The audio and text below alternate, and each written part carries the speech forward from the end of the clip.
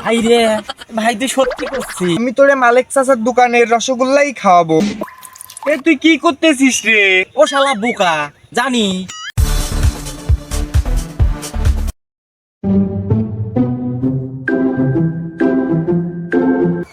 এ খোকা এ ভাই তুই কোনে যাচ্ছিস রে? কোনে যে যাচ্ছি রে ভাই? ও বাড়ি যাচ্ছি। ও বাড়ি তো তুই যাবি, বাড়ি যাবি না কিসের জন্য রে? তা তুই কি আমার একটা কাজ করে দিতে পারবি? একটা কাজ করে দিতে পারবো, বল। কাজটা তো তুই করে দিতে পারবি সেটা তো আমি ভালো করেই জানি। তুই যদি আমার কাজটা করে দিতে পারি তাহলে আমি তোকে পেট ভরে রসগোল্লা খাওয়াবো। ভাই রে, ভাই তুই সত্যি করছিস? ওরে সত্যি আবার কি রে? অবশ্যই খাওয়াবো। তা তুই কয় কেজি রসগোল্লা খেতে পারিস দেখিনি? মেলা দিন আগে 4.5 কেজি খাইছিলাম জানি, তারপর থেকে 5 কেজি খাইতে কি যে ইচ্ছে করতেছে জানি। তোরে আমি 5 কেজি রসগোল্লা খাওয়াবো। ভাই রে, কি যে ভালো। ও দাঁড়া দাঁড়া,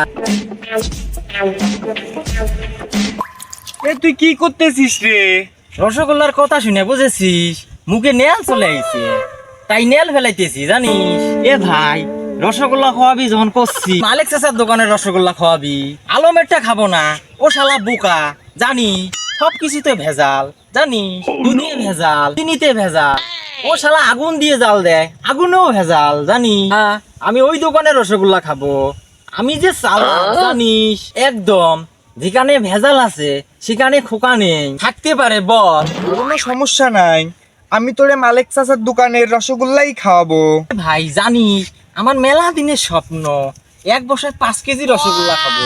বোকা, তোর কাজটা কি সেটাই তো কইস না। হ্যাঁ, ও আমার একটা চিঠি, তুই পৌঁছে দিয়ে আসতে পারবি নি? না রে ভাই, আমি পারবো না।